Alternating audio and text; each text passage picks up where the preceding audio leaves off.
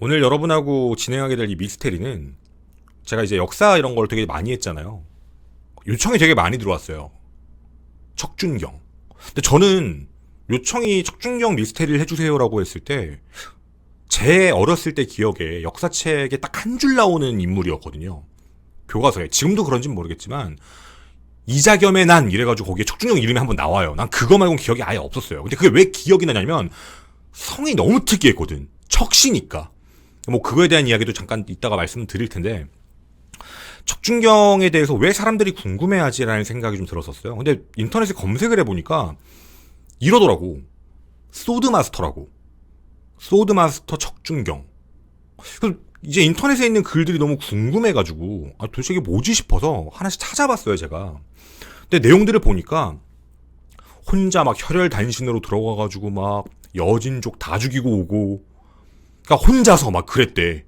혼자 적장 목 베고 다니고, 뭐 약간 무협지 같은데 나올 만한 그런 내용들이 있더라고요.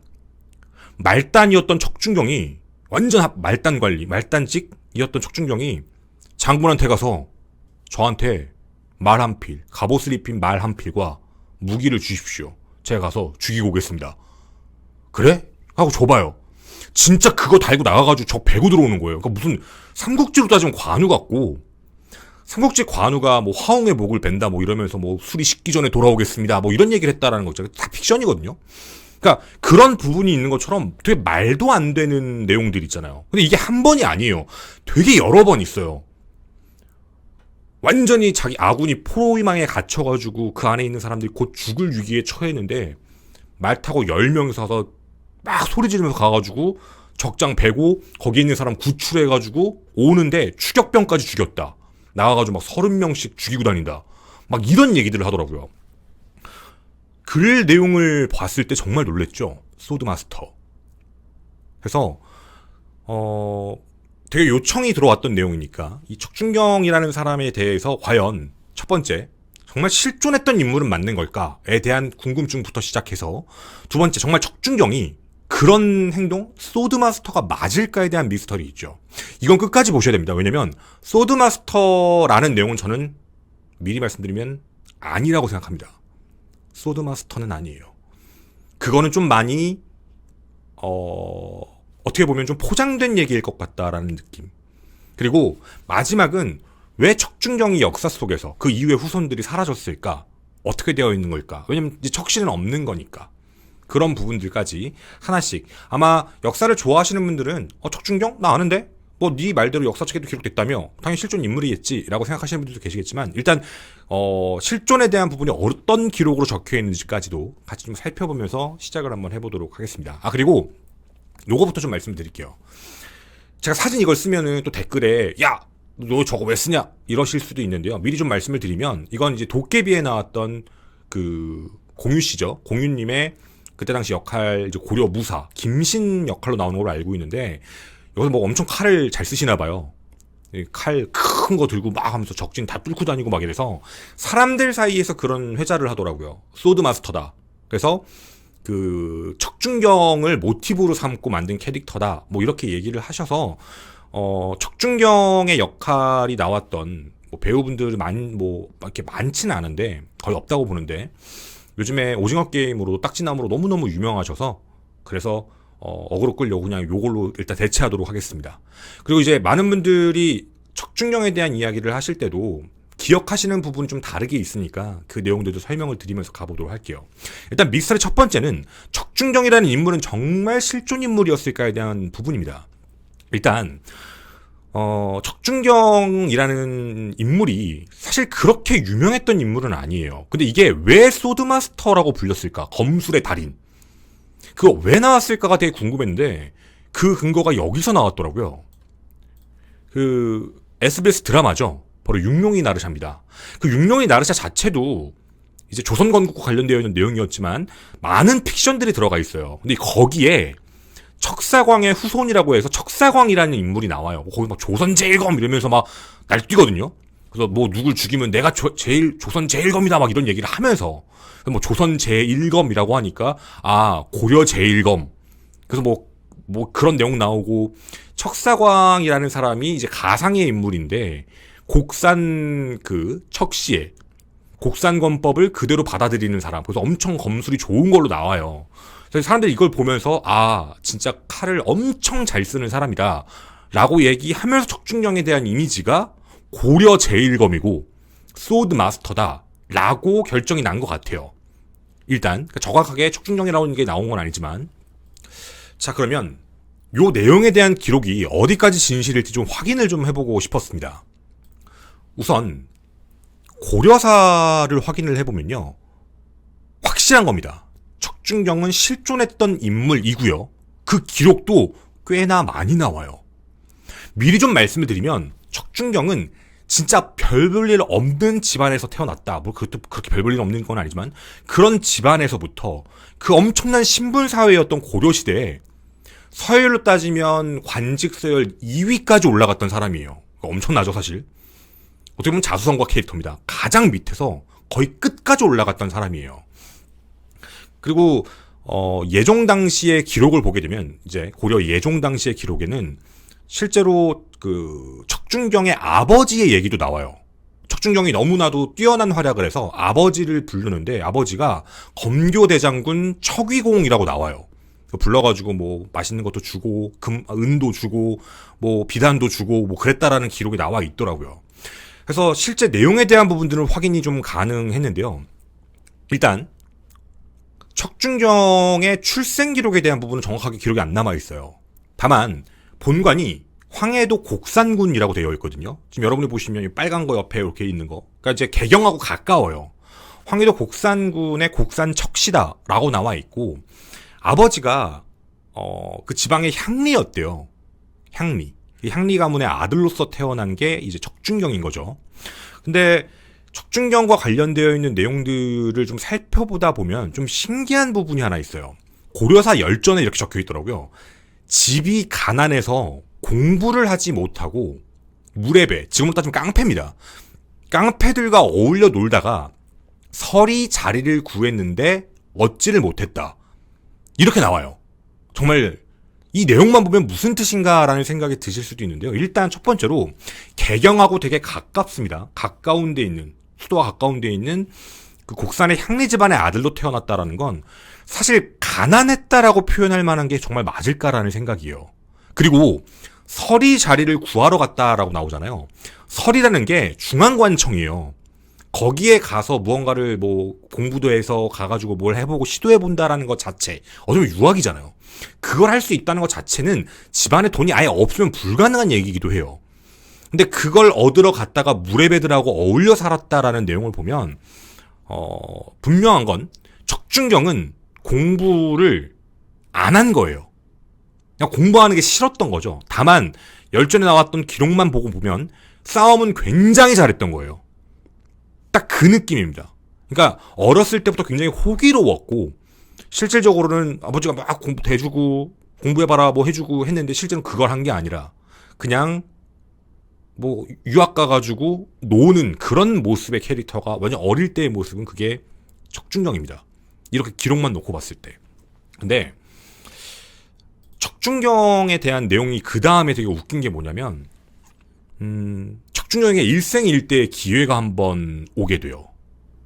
그러니까 최고의, 그러니까 왜 이렇게 풀렸는지 모르겠는데, 이 어떻게 보면 수도에 들어가 있었던 거잖아요. 그래서 무례배들과 어울리면서 싸움을 되게 잘한 것 같아요. 어느 정도 그쪽에서 이름이 알려졌던 건지는 모르겠는데, 고려 문종의 셋째 아들, 그러니까 세 번째 아들 계림공이라고 있었습니다. 그러니까 세 번째 왕자란 얘기는 왕권에 도전할 수도 없는 사람이에요. 그냥 어떻게 보면 그냥 공으로 살다가 나중에 죽어야 되는 하나의 그런 신분이었던 거죠. 근데 계림공의 눈에 띄게 돼요. 이 계림공이 누구냐면, 이 명작이죠. 관상이라는 영화를 보신 분들은 대충 아실 거예요. 대한민국 최고의 등장신 중에 포함되어 있는 수양대군, 조선이죠. 조선의 수양대군. 뭐 수양대군이 뭐지라고 하시는 분들도 뭐 기억을 못 하실 수도 있겠지만, 저기에요.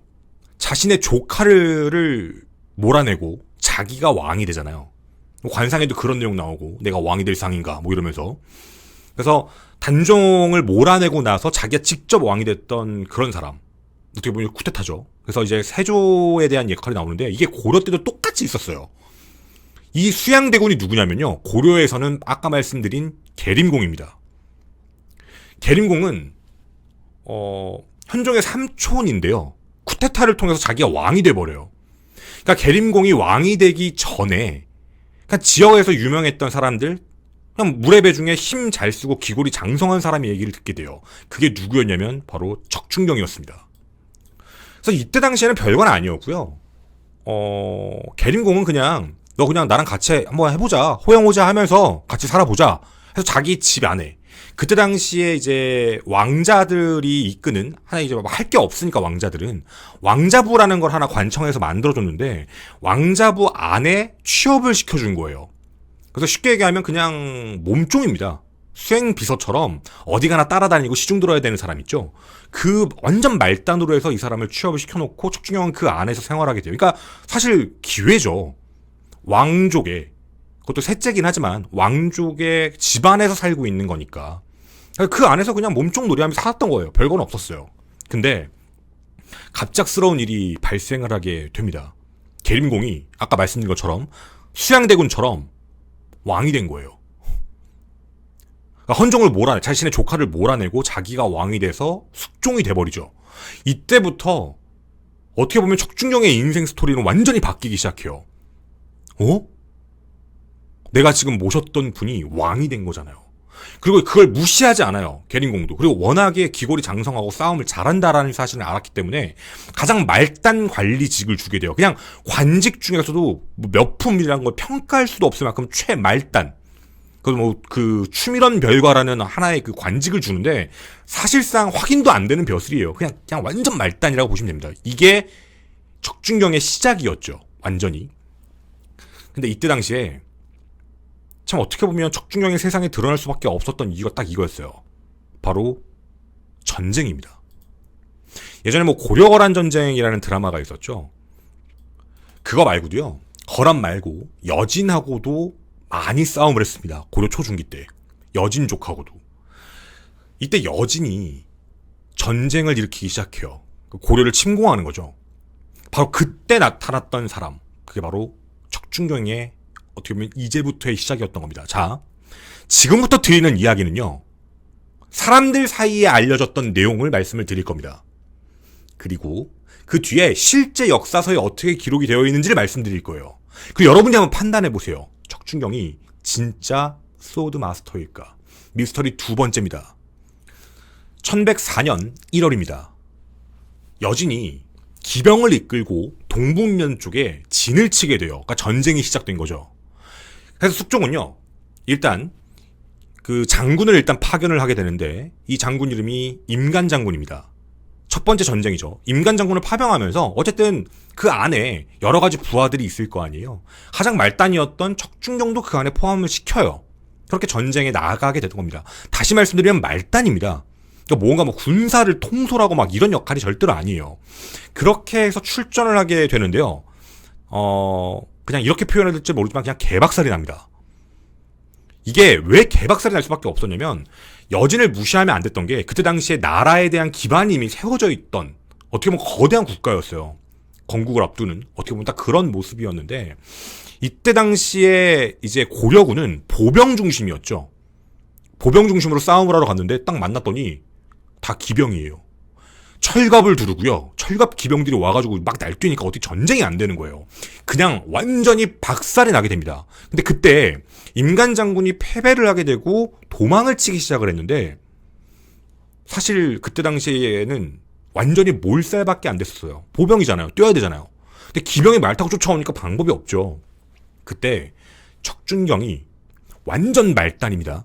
척중경이 탁 나서서 한마디 합니다. 장군, 저에게 갑옷을 입힌 말 한 피라고 무기를 주십시오. 제가 가서 맞겠습니다. 혼자요. 혼자입니다. 그리고 그걸 들고요. 나가요. 이거 마치 무슨 조자룡이 아두고 하는 그 느낌인데 그리고 나가고 나가서 끝나는 게 아니라 사람들 사이에 나와 있는 내용입니다. 말을 타고 나가서 적장 2명의 목을 뱉다라고 나와요. 그래서 이제 그 사람들이 놀라서 도망갔다라고 이제 기록에 나오더라고요. 사람들끼리 얘기 인터넷에 보면 제가 이게 너무 궁금한 거예요. 이게 너무 무협지 같잖아요. 이게 어떻게 실제일까 찾아봤습니다. 기록이 있습니다. 고려사에 정확히 적혀 있고요. 이건 여기뿐만 아니라 중국 역사서에도 기록이 적혀 있어요. 크로스 체크는 됐던 건데 뭐냐면 실제로 척준영이 진짜 그렇게 말을 했어요. 나한테 갑옷 입힌 말이랑 무기를 주세요. 그래서 인간 장군 입장에서는 뭐야 얘. 근데 어차피 달라니까 줬죠. 그리고 나가서 어떻게 되냐면 적장 1명을 베고요. 아군 포로 2명을 구출해서 나오게 됩니다. 그리고 거기에 내용에 교위 준민, 덕린과 함께 척준경이 활을 쏴서 각각 1명씩 거꾸러뜨리자 적이 놀라서 약간 물러났다. 그렇게 척준경이 함께 돌아오고 있는데 적 기병 100기, 기병 100명이죠. 100명이 추격을 해오기 시작하자 척준경이 활을 쏴서 적장 2명을 죽였다. 적이 놀라 전진하지 못해 아군, 고려군이 무사히 성으로 돌아올 수 있었다. 이게 실제 기록입니다. 전 더 놀랐어요. 사람들 사이에서 알려져 있는 내용보다 실제 기록이 훨씬 더 소름 돋았어요. 주세요! 하고 나가서 베고 구출하고 들어오는데 쫓아오는 거 또 쏘고 그리고서 무사히 안으로 들어올 수 있게 한 거죠. 자, 제가 근데 한 가지 말씀 좀 드릴게요. 분명 적장을 베었다라는 표현이 있죠. 사람들 사이에 알려져 있던 건 뭐 2명의 목을 베었다라고 적혀서 베었다는 건 분명히 뭐 칼이나 창이나 이런 걸 썼다는 것 같은데 실제로 말을 타고 움직이게 되면 검을 잘 안 써요. 검은 짧잖아요. 우리가 일기토에서 본다고 보면 말 타고 칼로 해서 그냥 팡팡팡 싸우는데 그게 실제로는 말이 안 돼요. 그러면 그냥 말 찌르면 되거든요. 대부분 말도 보호를 해야 되기 때문에 대부분 창을 많이 쓰는 게 당연할 수 있거든요. 좀 큰 무기를 쓸 수밖에 없죠. 안 그러면 조그만 칼 가지고 싸울 수가 없으니까. 사실 이것도 뱄다라고 할 때 검을 써서 벤 건지 창을 써서 벤 건지 확인조차 안 돼요. 다만 보편적으로는 창을 썼을 거다 라고만 예상을 하고 있죠. 실제로 그래서 검도 아닐 수도 있어요. 또 하나 분명 말이랑 이제 그 무기를 달라고 했던 거니까. 근데 말이랑 무기를 달라고 혼자 가는 애한테 그래 말 자 그리고 검 이렇게 주진 않았을 것 같다라는 생각이에요. 주려면 창 같은 걸 줬겠죠.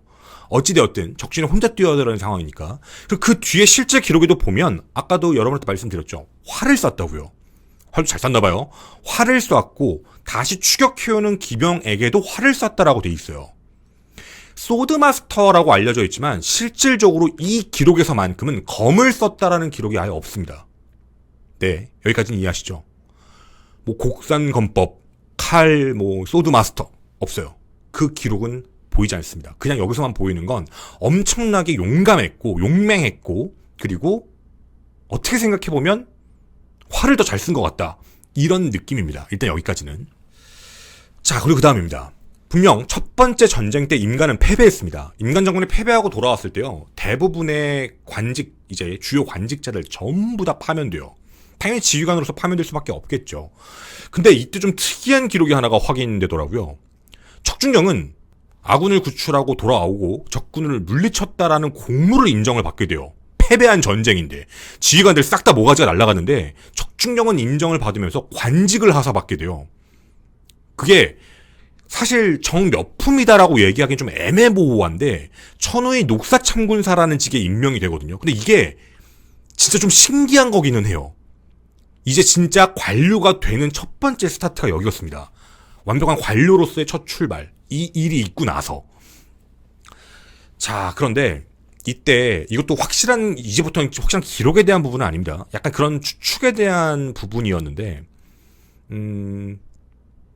이 관직을 받고 나고 나서 그 뒤에 척준경도 함께 투옥 비슷한 게 된 것 같아요. 왜 그런지 몰라요. 정확하게는. 근데 추측으로는 일단 이런 게 아닐까라는 추측이에요. 야, 어디 감히 말단 새끼가. 네 잘한 건 알겠는데 너는 군대에서 제일 중요한 상하급 지휘 체계를 어긴 거야. 야, 그러니까 이제 좀 샘나는 사람이 있을 수 있죠. 야, 나도 할 수 있는데 나도 가만히 있다 감히 너 따위가 뭔데. 뭐 이런 식이었던 것 같아요. 그래서 이제 어떻게 하다가 감옥에 가게 되는데 그때 당시에 한 인물이 나타납니다. 이분 자주 등장하실 분입니다. 바로 윤관 장군님이십니다. 윤관 장군님이요. 나중에 기록에서 나왔던 부분인데 윤관 장군이 척준경을 구해줘요. 얘 죽이면 안 된다. 척준경이 그래서 사면이 되거든요. 그래서 이거에 대해서 척준경이 엄청나게 고마워했다라는 것도 분명히 확인은 되는 사실이긴 합니다.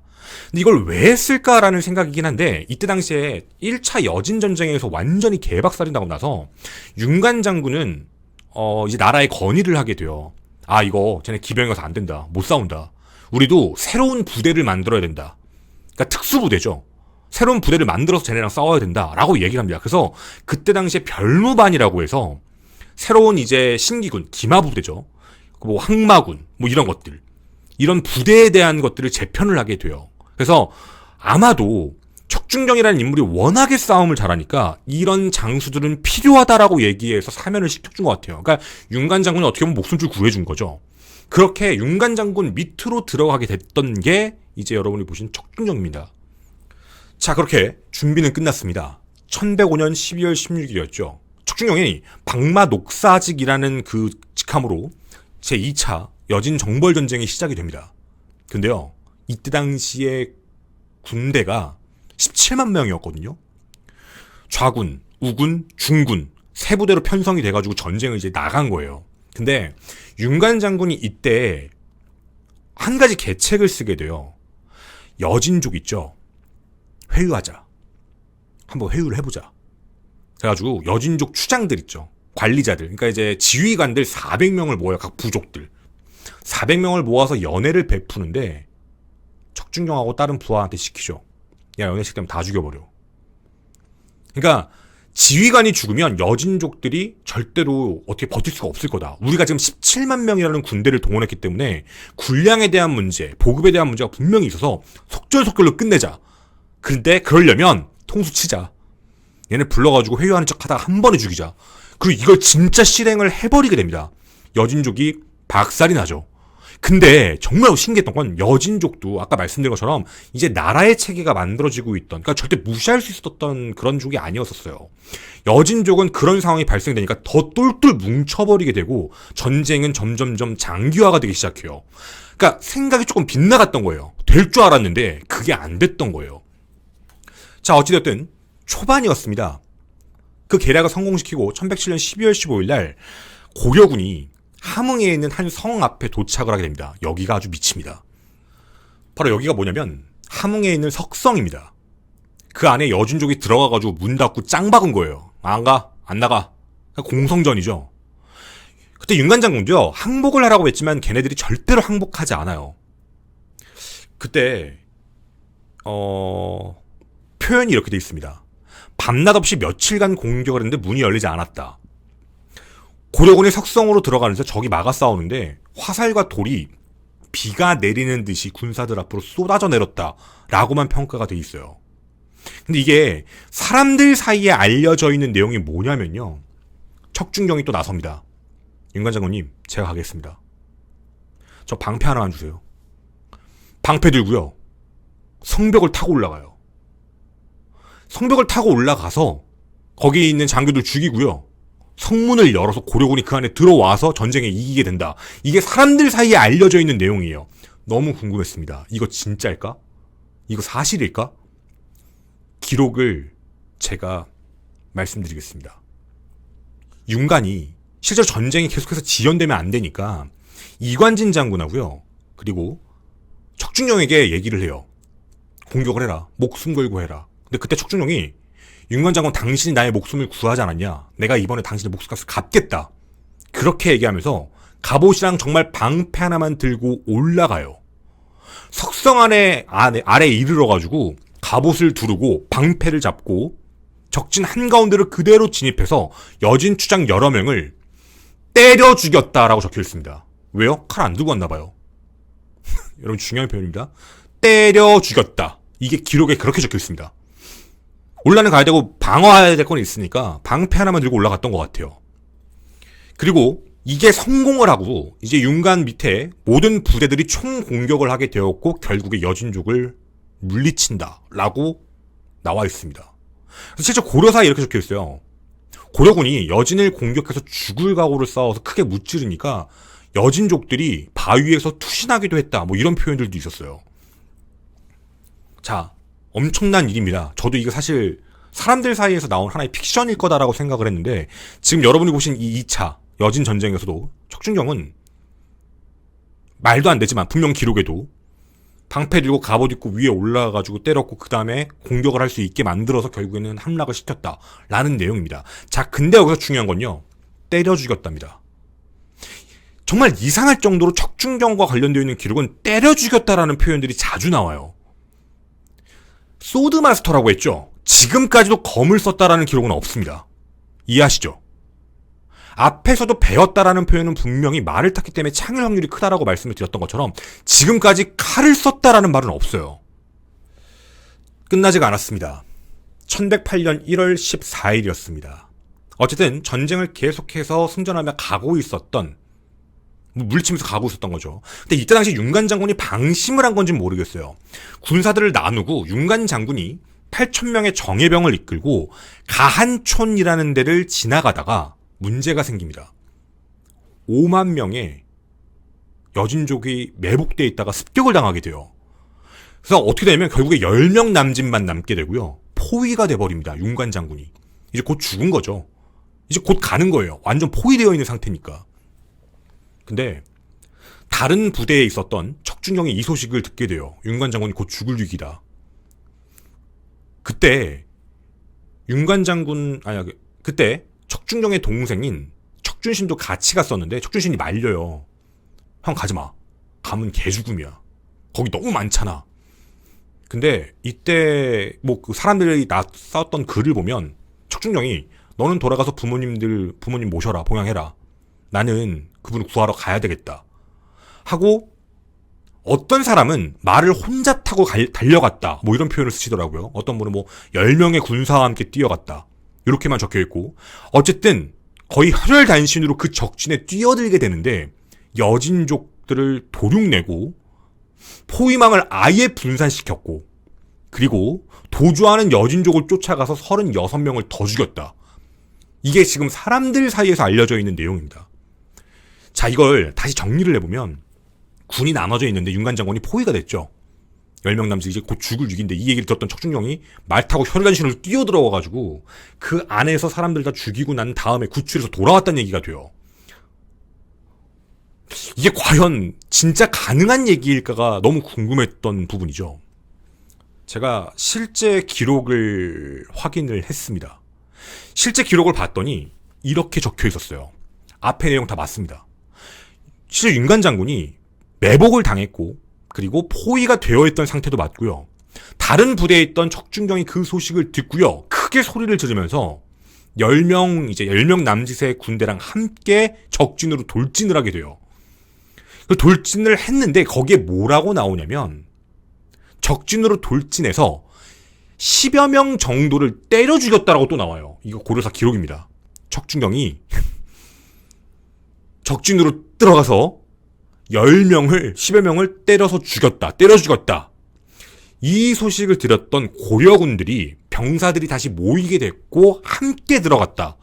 그래서 포위망을 뚫고 구출을 했고 적진이 도망가기 시작을 했는데 여진이 도망을 갔는데 척준경이 멈춘 게 아니라 척준경이 그대로 추격을 해서 36명을 베었다라고 적혀 있어요. 자, 이게 실제 기록입니다. 그러면 처음에 거의 혈혈단신으로 뛰어가가지고 10명을 때려 죽였습니다. 그리고 나서 그러니까 이제 추격자가 아니고요. 이제 자기가 추격을 한 거죠. 도주하는 여진족들을 따라가가지고 36명을 베었다라고 했잖아요.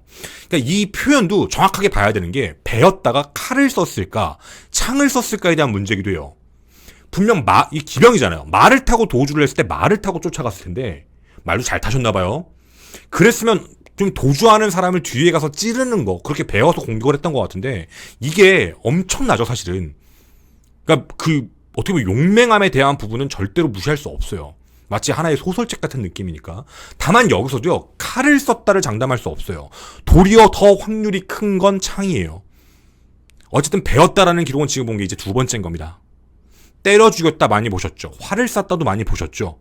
제가 무슨 얘기하는지 슬슬 이해 가실 겁니다. 과연 소드마스터일까? 그리고요, 윤관 장군을 구출해내게 됐고 윤관 장군이 눈물을 흘리면서 그렇게 얘기를 했다고요. 이제부터 나를 아버지라 불러라. 나부터 난 너를 아들로서 대하겠다.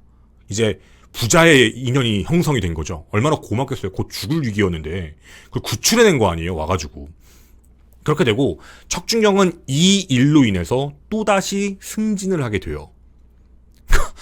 품계가 계속해서 올라갔던 겁니다.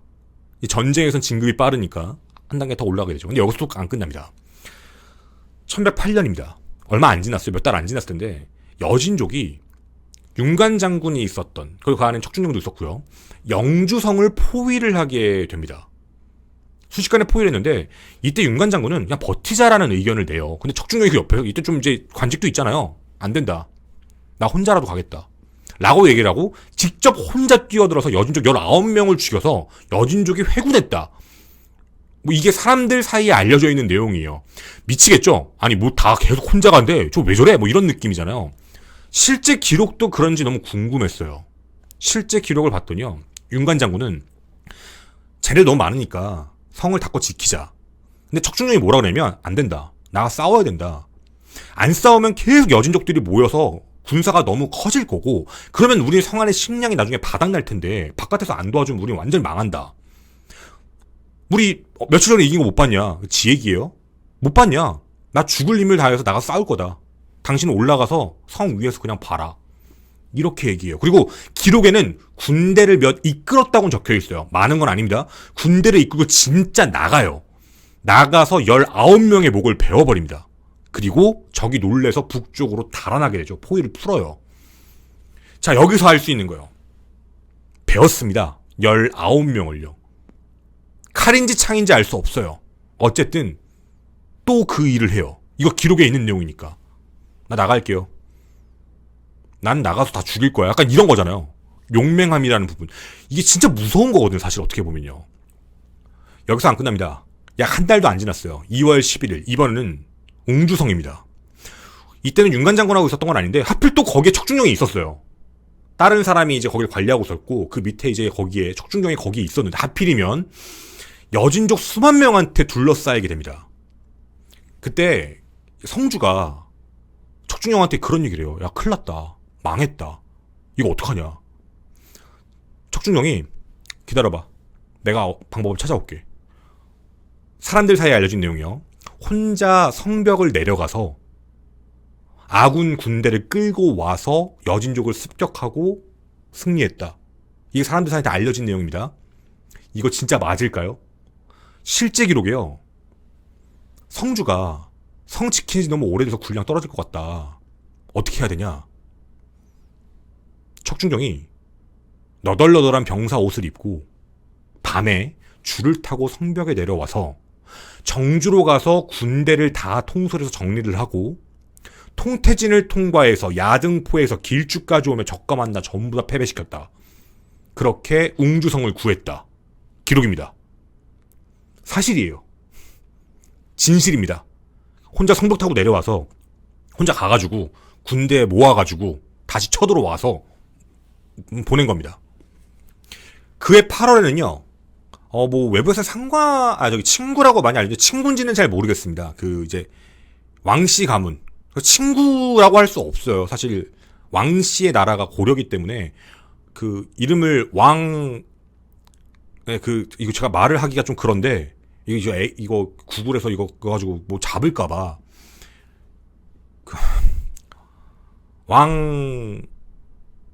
왕자 땡님이 있습니다. 네, 어쨌든 근데 제가 볼 때는 상관이에요. 훨씬 왜냐면 왕족이기 때문에 그 사람하고 같이 영주에서 8월달에 여진족 33명을 죽였다. 9월달에는 사지령에서 27명을 죽였다. 뭐 다 이런 식의 표현들이에요. 그러니까 자, 지금까지의 내용들을 다 정리 한번 해보겠습니다. 여러분께 한번 여쭤보고 싶어요. 이제 제가 소드마스터가 그 척준경에 대한 미스테리를 요청을 받았을 때 제일 궁금했던 건 그 기록이 정말 사실일까에 대한 문제였어요. 근데 척준경 기록은 사실이었습니다. 진실이에요. 근데 소드마스터에 대한 부분은 저는 감히 이렇게 말씀드릴게요. 아니에요. 이 사람은요, 그냥 싸움을 잘하는 사람이에요. 쉽게 어떻게 표현하면 좋으냐면 모든 무기를 잘 쓴 것 같아요. 말도 잘 타고 활도 잘 쏘고 창도 잘 쓰고 검도 잘 쓰고 없으면 때려 죽이고 성벽도 잘 올라가고 성벽도 잘 내려오고 거기에 포함이 되는 건 엄청나게 용맹했다라는 거였어요. 자기가 죽을 수도 있는 건데 엄청 용맹하고 용감했다라는 부분은 절대 배제할 수가 없었어요. 그리고 내빼는 스타일이 아니고요. 직진해서 돌려박는 느낌인 거죠. 그러니까 소드마스터라고 얘기를 하는 건 어쩌면 평가절하일 수도 있죠. 그리고 소드마스터라고 부를 수 없는 이유가 또 하나 있어요. 이 사람이 정말 그런 검술의 신이었다면 분명 병서를 제작했을 거예요. 왜냐면 아까도 앞에 잠깐 말씀드렸지만 최말단에서 고려 최고관직 바로 2등, 2위까지 올라갔던 사람이라 그런 글들을 분명히 썼을 거예요. 병서를 썼던가 무예서를 썼던가 그런 게 내려온다면 인정할 수 있는데 이 사람만이 가지고 있는 곡산검법 이런 건 당연히 이제 픽션인 거고 그런 특출난 어떤 걸 무예를 만들었다 이런 게 아닙니다. 그냥 지 혼자 잘 싸운 겁니다. 자기가 싸움을 잘했고 자기가 무기를 잘 다뤘고 용맹했던 사람이죠. 그리고 또 하나 가끔씩 이제 제가 느끼는 거긴 한데 이 척준경을 얘기를 할 때 삼국지 같은 거 얘기하면서 누구누구 이렇게 얘기하시는 분들이 가끔 있어요. 여포다 뭐다 이런 거. 근데 우리가 한 가지 알아야 될 부분이 뭐냐면 사실 척준경이라는 사람은 사령관으로서의 역할은 아니에요. 남자분들 군대 갔다 오시면 다 아시겠지만 사령관이 꼭 싸움을 잘하는 게 아니잖아요. 전략을 세우고 군을 재편하고 관리하고 지휘하고 이러는 게 이제 사령관인 거니까. 그러니까 척준경은 사령관의 모습이 아니에요. 척준경은 그냥 싸움을 잘하는, 이제 소식적 버릇 나오는 거죠. 싸움을 굉장히 잘하고 열심히 하고 용맹스럽게 했던 어떻게 보면 그냥 특전사 같은 느낌이에요. 소규모로 완전히 딱 정예병들끼리만 움직이면서 용감하게 뛰어들었고 적진 속으로 실제로 기록에 보면 대부분 사령관은 뒤로 빠져야 돼요. 자기가 먼저 나간 거잖아요, 계속. 그러니까 그런 느낌. 그러니까 우리가 알고 있는 관우랑 싸우면 누가 이기냐? 장비랑 싸우면 누가 이기냐? 그 사람들은 지휘관이잖아요. 지휘관이랑 비교하는 건 좀 다른 문제입니다. 척준경은 지휘관의 느낌이 강하진 절대로 않아요. 대부대를 거느리면서 군을 통솔했던 게 아니기 때문에 사실상 그 느낌은 좀 다르죠. 어떻게 보면 완전 성향은 좀 느낌이 다르지만 이거 좀 싫어하실 수도 있지만 삼국지로 놓고 보면 조자룡 느낌이 나는 거예요. 그 성품을 얘기하는 게 아닙니다. 조자룡도 어떻게 보면 유비 옆에서 하나의 수행비서처럼 그런 역할을 수행했잖아요. 군을 통솔하고 다닌 게 아니라. 그런 것처럼 실제로 그 척준경도 그런 역할과 비슷했기 때문에 사실상 물론 뒤에 성향은 완전 달라요, 둘은. 척준경에 대한 저의 느낌은 소드 마스터가 아니고요. 그냥 싸움 마스터고요. 용감했습니다. 실제로 여진족 기록에 여진에 대한 입장의 기록을 보게 되면 척준경이 나타났다라는 말 하나만으로 두려워했다고 해요. 그냥 거의 괴물로 바라본 것 같아요. 척준경이라는 사람 자체를. 그러니까 저 사람 아니야. 약간 이런 느낌으로 받아들였던 그런 케이스였던 것 같습니다. 자, 어쨌든 이렇게 전쟁이 되긴 됐는데요. 문제는 잘 되는 줄 알았죠. 하지만 여러분 들으셨겠지만 계속 밀리고 있었잖아요. 결국에는 전쟁이 길어지면서 여진과 협상을 하기 시작해요. 휴전 협상.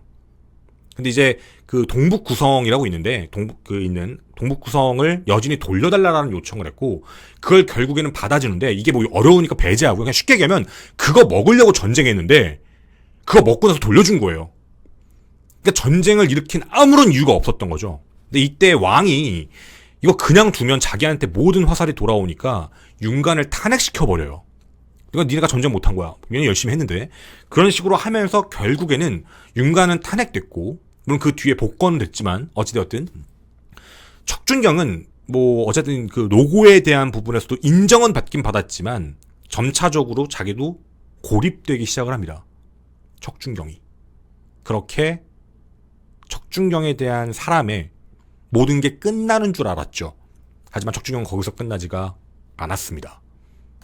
미스테리 세 번째입니다. 정말 우리가 지금 앞서 봤던 기록에 실제 존재하고 말도 안 되는 기록이에요. 거의 무의 신 같은 느낌이었죠. 정말로 존재했던 척준경은 왜 후손에 대한 기록들이 없을까에 대한 궁금증입니다. 아까 곡산에 있는 척시라고 했잖아요. 그 고려가 망하고 조선이 세워졌을 때 조선 초기에 세종실록지리지라는 걸 이제 편찬을 하게 됐는데 각 성씨에 대한 조사를 하게 돼요. 근데 곡산에 척씨와 전씨가 있었다. 근데 망한 성씨다. 망조가 든 성씨. 그러니까 이제 없어진 성씨. 조선 초기 때 확인을 해봤더니 척씨는 없었다라는 거죠. 그러니까 고려 때까지, 고려 시대까지는 있었던 거예요. 척준경이 고려 초중기니까 그 뒤에까지는 존재했는데 결국에는 사라졌다라는 거죠. 그러니까 척씨는 있었다는 내용입니다. 뭐 왜 없어졌는지는 이유는 알 수 없어요. 다만 어쨌든 나중에 가서 뭐 사라진 성씨가 되었다라는 거는 사실이긴 합니다. 자, 그럼 다시 돌아와서 요거는 이제 척준경의 새로운 모습을 좀 봐야 돼서 그래요. 여기까지만 들으면 와, 소드마스터가 아니었어. 그냥 쌈짱이었어. 미쳤네. 그냥 무기 없으면 때려 죽이고 뭐 활 있으면 활 쏴서 죽이고 말 타고 다니고 엄청난 사람으로 보이니까 진짜 무슨 여포 같으니까. 여기까지만 보면 마치 영화로도 만들어도 될 것 같고 뭔가 드라마의 주인공으로서도 될 것 같은데 아까 말씀드린 탄핵 이후에 척준경은 새로운 인생을 살게 됩니다. 관직이 계속해서 올라갔죠. 당시 고려는요, 관직이 어느 정도 올라가게 되면 무관이 아니에요. 문관으로서 승진을 하게 돼요. 척준경이 문관이 됩니다. 승진을 하다 이제는 문관의 계급을 받게 돼요. 진짜 말도 안 되게 올라간 거죠. 왜 올라갔냐면요, 이 사람 때문입니다. 당시 고려 최고의 문벌 귀족 넘버1 이자겸입니다. 이자겸이 척준경과 손을 잡게 돼요. 왜? 척준경이 너무 세니까. 진짜 셌던 거예요. 이걸로는. 자기는 이게 뛰어나고. 그래서 둘이 함께하게 되는 거였죠. 그 육룡의 나르샤에 보게 되면 이제 거기에는 척준경으로 나오지는 않는데 권법 엄청 잘 쓰는 사람 얘기가 나와요. 그런 것처럼 하나의 옆에 두고 있었던 거예요. 자, 그렇게 이자겸을 등에 업었던, 이자겸의 이쁨을 총애를 받았던 척준경은요, 실제로 척준경의 자식하고 이자겸 자식하고 뭐 이렇게 혼인도 하고 막 그래요. 그러니까 이런 것처럼 이자겸의 총애를 받았던 척준경은 이제 문관으로서 엄청난 계급 상상과 말도 안 되는 자기들을 받기 시작해요. 막 우리 요즘에 조선에 많이 나오니까 조선공국 얘기, 동문명, 서북면 이런 얘기 나오잖아요. 거기 막 병마부사 역할도 하게 되고 점점 권력이 세집니다. 그리고 이자겸은 정말 그때 어느 정도였냐면 이자겸 얘기 잠깐만 드릴게요.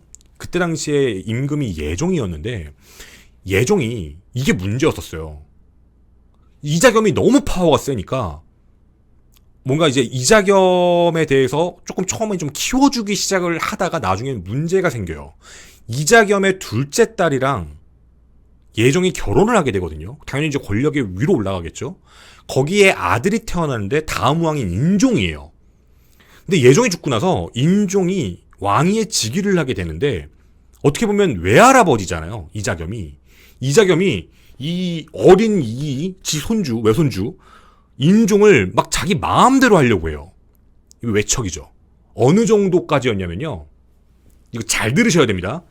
이자겸이 자기 외손주한테 자신의 셋째 딸, 넷째 딸을 시집 보내요.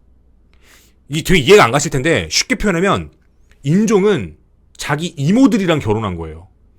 자기 이모 2명이랑 결혼을 하게 됩니다. 이자겸은 왕의 외할아버지이자 왕의 장인이 된 거예요. 고려 때는 근친이 되게 흔했기 때문에 어쨌든 그런 상황입니다. 이자겸의 파워는요, 말할 수도 없을 만큼 커져 있죠. 척준경도 당연히 그 위세를 함께 받고 있었던 거였고. 자, 이제 좀 중요한 게 나옵니다. 이제 교과서에서도 보셨을 거예요. 이자겸의 난. 이자겸이 반란을 일으켰다. 이자겸이 척준경 믿고 지가 왕이 되려고. 아닙니다. 이 이자겸의 난에 대한 부분 우리가 좀 정확하게 알아야 될 게, 이자겸의 난은요, 이자겸이 먼저 시작한 게 아니에요. 이게 어떤 문제가 생기냐면 1126년 인종이 이제 스트레스를 엄청 받는 거예요. 얘네들 때문에 자기가 왕인데 아무것도 못하니까, 다 자기들 마음대로 하니까, 이자겸, 척준경 때문에 말도 안 되는 일이 벌어지니까 안 되겠다. 자기 친위 세력으로 움직여요. 죽이자. 기습을 해버립니다. 기습을 딱 했는데요, 그때 사람들이 죽었어요. 근데 문제가 생겼죠. 그때 하필이면 이자겸하고 척준경이 집에 없었어요. 누가 죽었냐면 척준경의 동생, 아까 말씀드렸던 동생이랑 척준경의 아들이 죽어요. 그 시신을 성 밖에다 던져버리거든요. 이 사실을 알았던 이자겸하고 척준경은요, 눈깔이 돈 거예요. 죽이려고? 그냥 바로입니다. 그냥 바로 쿠데타를 일으킨 거예요. 이게. 근데 이때 당시의 기록을 보게 되면요, 이때도 그래요. 이게 갑작스럽게 시작이 돼버린 거예요. 먼저 공격이 들어왔으니까 얘네들 이거 가만히 있으면 안 된다라고 해서 움직인 건데 준비가 안 됐잖아요. 척준경이 이때 뭘 하냐면 무기가 없어요. 무기고 안에 다 들어가 있잖아요. 뭐 함부로 무기를 들고 다닐 수가 없으니까 울타리에 있는 몽둥이를 뽑아요. 또 나오죠. 몽둥이를 뽑아가지고요, 무기고를 가서 습격을 해서 다 때려가지고 무기고에서 무기를 탈취하고 나서 그 다음에 반란을 시작한 거예요. 그리고 제압을 합니다. 이자겸이 원했던 대로 성문이 포위가 돼요. 이거 진짜 기록에 그렇게 나와요. 진짜 몽둥이 뽑아서 했다고. 그러니까 몽둥이로 다 때려 죽인 거예요. 그렇게 해서 성벽을 다 둘러쌌고요. 왕궁을 둘러쌌는데 제가 앞에서 여러분한테 그런 말씀을 드렸습니다. 척준경은 소드마스터가 아니다. 그냥 얘는 싸움을 정말 잘하는 사람이다. 이거 다 인정하시죠? 그리고 또 하나 알아요. 척준경은 정말 다혈질적이에요. 눈 앞에만 보고 뛰어가잖아요. 정말 용맹하지만 어떻게 보면 척준경이 이때 눈이 돈 거예요. 왜 돌았냐면 자신의 동생과 자신의 아들이 사망한 걸 확인했기 때문에 눈깔이 돌았던 척준경이 그때 성문에다 불을 질러버려요. 그리고 왕이 다른 이제 친위 세력들하고 도주를 하는데 다 쫓아가서 다 죽여버려요. 다 살해했어요. 왕 빼고. 그리고 결국 왕은 이자겸에게 이제 포위가 됐고 결국 이제 이 반란은 성공이 되는 거죠.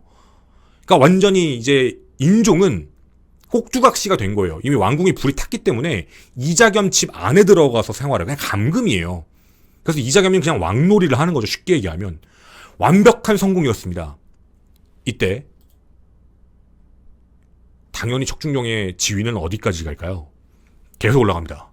왜냐면 제1 권력자는 왕이 아니라 이자겸이었으니까. 그러니까 거의 그냥 이들의 세상이었던 거예요. 쉽게 얘기하면.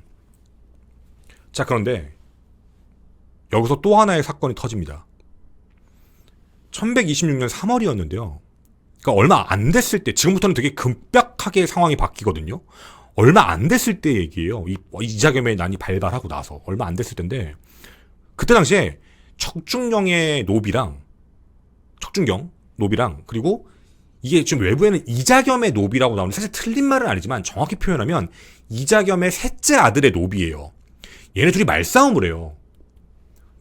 이제 이자겸 셋째 아들의 노비가 척준경 노비한테, 야, 니네 주인은 쓰레기야. 역적이지, 역적. 야, 왕궁에다 불을 질러? 어우, 죽어야 돼. 이런 얘기를 해버려요. 노비들끼리 얘기해요. 근데 요 얘기를 듣고 척준경 노비가 쪼르륵 가서 척준경한테 다 일러바쳐요. 쟤네가 그랬어요. 근데 이거를 들었던 척준경이요, 이게 여러분 생각 잘 하셔야 됩니다. 고려 최고관직 2등까지 올라갔던 사람이에요. 그리고 이미 권력자 밑에 함께 하고 있고 반란도 성공하는 지 얼마 안 됐잖아요. 되게 좋았을 텐데 척준경이 이 노비의 말을 듣고 원래 같으면 그냥 뭐래? 니들끼리 왜 그딴 얘기 한 번 더 입을 돌면 니들 다 죽일 거야? 뭐 이렇게 지나가는 게 아니고요. 척준경이 기록에 보면은 노발대발을 하면서 이자겸을 찾아가서 옷과 관을 벗어던지고 아주 난리를 부렸다는 얘기가 나와요. 그러니까 진짜 난리를 부린 거예요. 그래서 이자겸이 진짜 미안하다고 계속 사과를 하게 돼요. 미안하다. 진짜 잘못했다. 미안하다. 오해다. 이제 그런 상황이죠. 그러니까 성격이 어떤지 아시겠죠? 근데 이때 인종이 하나 알게 됩니다. 나의 왕궁에 불을 붙였던 척준경과 반란 일으켰던 이자겸, 권력자 둘 사이에 문제가 생겼다. 그 사실을 알고요, 요 둘 사이를 완전히 깨부시기 시작해요. 뭐냐면 완전 쉽게만 말씀드리면 척준경을 자신의 편으로 만들어요. 그리고 밀서를 딱 하나 보냅니다. 야, 준경아, 오늘 밤에 이자겸이 나를 죽이려고 한다. 태조 왕건이 고려를 건국한 이래로 임금의 여러 시대가 왔는데 이때 왕조가 바뀌면 너희들은 진짜 부끄러워야 된다. 너희는 재상인데. 그 얘기를 받았던 척준경은요, 똑같이 또 하나의 활동을 합니다. 너무 갑작스러운 짓이잖아요. 무기가 없잖아요. 네. 몽둥이를 또 씁니다. 몽둥이를 써가지고요. 무기고에 또 가서 무기 가지고 오고, 그리고 결국에는 이자겸을 또다시 굴복시킨 거죠. 이자겸 일파들을 전부 살해하고요. 이자겸을 결국엔 포위하게 되고, 이자겸은 다 포기하게 돼요. 척준경이 넘어갔다? 그럼 끝난 거다. 그리고 이자겸은 완전히 유배를 떠나게 되죠. 자, 척준경은 이제 어떻게 될까요? 척준경은 반란을 일으켰는데 왕한테 용서받았어요. 그리고 그 어떻게 보면 최고의 문신이었던, 권력자였던, 자기 위에 있던 사람 한 사람이 완전히 이제 가지고 완전 멸문제를 당했으니까 끝났죠. 남은 게 뭐죠? 자기예요. 근데 인종이 다시 한번 뒤통수를 칩니다. 너는 불순한 새끼다. 너 왕궁에 불 질렀잖아. 그리고 유배를 당합니다. 왜냐면 그때 당시 인종 입장에서는 이자겸을 내쳤는데 척준경을 받아들이면 이자겸 2탄이 또 시작된다라고 믿은 거예요. 척준경을 내보내야 된다라고 생각을 해서 그냥 아예 처리를 해버립니다. 유배를 보냈고요. 물론 나중에 뒤에 가면 사면을 해줘요. 나중에 이제 거의 한 6년, 7년 정도 지나서 사면을 해주고 복권을 시켜주려고 하는데 그 복권을 받고 나서 얼마 뒤에 죽어요. 척준경이. 뭐 등창인가 뭐 걸려가지고 이제 뭐 죽었다라고 하는데 뭐 사실 그런 내용까지입니다. 제가 이 미스테리 세 번째 척준경에 대한 기록, 왜 척씨가 어떻게 된 걸까? 그 뒤 척준경은 앞에서 말씀드렸던 관직이 올라갔던 무의 느낌이 강할 때, 소드마스터가 아니라 정말 싸움의 신이었을 때 그때 당시의 모습으로는 뭔가 드라마에 나와도 될 것 같은 그런 느낌이었지만 실제 성격은 그랬어요. 되게 불같았고 앞만 보고 뛰어갔고, 그리고 뭐 하나 삔또상하면 그냥 들이박는 스타일이었거든요. 그게 문신이 되어서도 똑같았었어요. 그리고 실질적으로 문신으로서도 뭐 능력이 어떻게 됐다라고 함부로 평가할 수는 없지만 일을 잘했으니까 올라가긴 했던 것 같은데, 문신으로서의 능력을 봤을 때 정치를 절대 잘했던 사람은 아니에요. 정치적인 이해관계에 대한 부분은 확실히 성격대로 처리했던 그런 사람인 것 같습니다. 자, 어떻게 들으셨는지 너무 궁금합니다. 제가 오늘 여러분에게 소드마스터라고 알려져 있는 척준경에 대한 이야기를 전해드렸는데요. 정말 이 사람이 소드마스터일까라는 미스테리에 대한 저의 답은 사실 소드마스터는 아닌 것 같다라는 생각이에요. 여러분의 생각도 궁금합니다. 저는 도리어 그 이상이라고 생각이 들어요. 하지만 척준경이라는 인물만 자체로 놓고 봤을 때 그의 인생에서 무언가의 뜻이 있고 무언가의 마음이 있고에 대한 부분으로 움직였다라는 느낌보다는 앞부분에서 생애 초창기 땐 그랬던 것 같은데 어쩌면 의로서 무인으로서의 모습에서는 어떻게 보면 완벽할 수 있을지 몰랐겠지만 나중에 그 뒤에 관직을 얻고 권력을 얻었던 그 모습에서는 사실상 좀 많이 미흡하고 이상한 그런 모습이지 않을까라는 생각입니다. 이제 그런 궁금증 때문에 여러분에게도 이제 한번 질문을 드려보고 싶습니다. 그런 놀이 되게 좋아하시죠? 여포랑 맞짱을 뜨면 누가 이길까? 뭐 이런 거. 우리가 알고 있는 실제 검수를 정말 잘 썼다라고 얘기하는 사람들 우리나라 기록에도 꽤 있습니다. 뭐 유건필 장군도 있고요. 근데 한 가지 확실하게 말씀드릴 수 있는 건 소드마스터라고 불리는 척준경은 고려 제1검은 아니었습니다. 왜냐면 검을 잘 썼다라는 표현은 아예 없습니다. 여러분의 생각 기다리도록 하겠습니다. 감사합니다. 저는 솔직히 그냥 제가 항상 미스테리 같은 걸 준비할 때는 요청이 들어오면 사람들이 어떻게 생각하는지 찾아봐요. 사람들이 쓴 글들을 먼저 확인하거든요. 솔직하게 말씀드리면 처음에 보고 읽을 때 그 글들 쭉 살펴보면서 뭐야 이거 그냥 소설 아니야? 아니 너무 말이 안 되니까.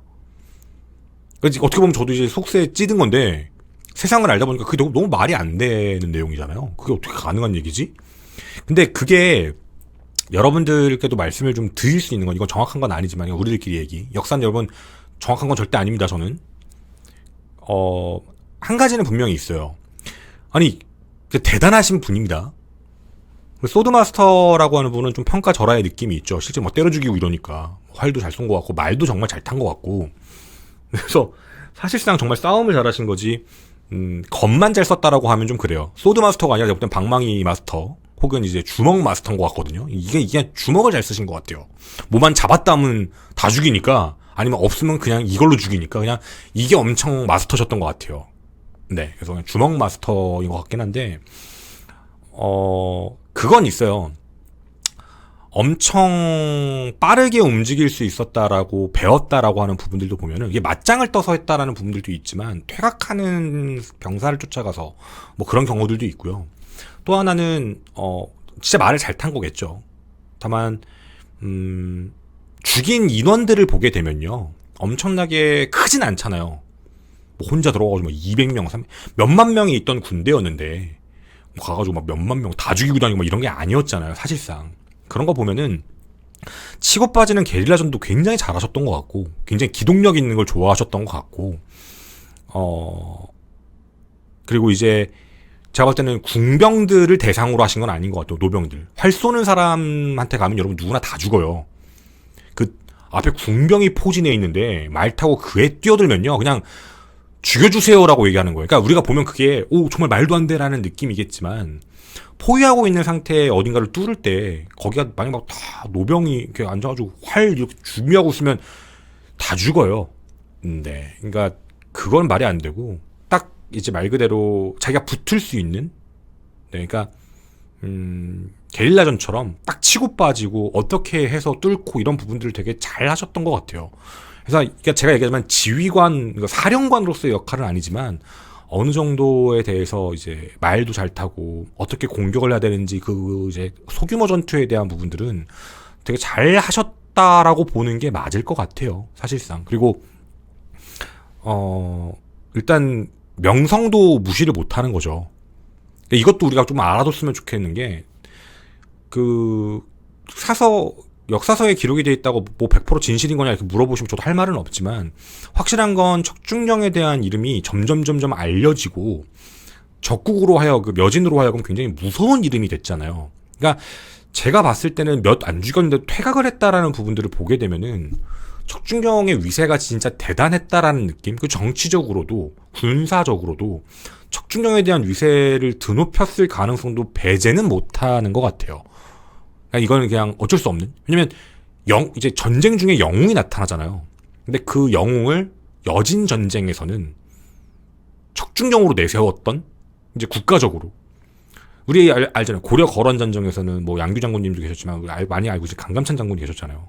임진왜란 때는 그 수승통제사 이순신 이러면 뭐 벌벌 떨었던 것처럼 전쟁에서 그런 게 중요하죠. 누군가에 대한 이름, 그 이름만 들어도 다 벌벌 떠니까. 그래서 그런 부분들로 생각을 해보면 뭐 과장이라고 얘기하기는 좀 그렇고, 선발대로서의 역할은 정말 잘하셨던 것 같아요. 그러니까 기선제압이죠. 기선제압을 굉장히 잘했던 사람이고, 그렇게 해서 딱 치고 나오면 적이 물러가거나 아니면 어떤 균열이 깨지니까 거기를 공격할 수 있었던 거고, 뭐 이런 부분이지 않았을까라는 부분입니다. 그래서 되게 궁금했어요. 여러분들이 이제 뭐라고 불러주실까? 소드 마스터일까? 주먹 마스터일까? 궁금했습니다. 네.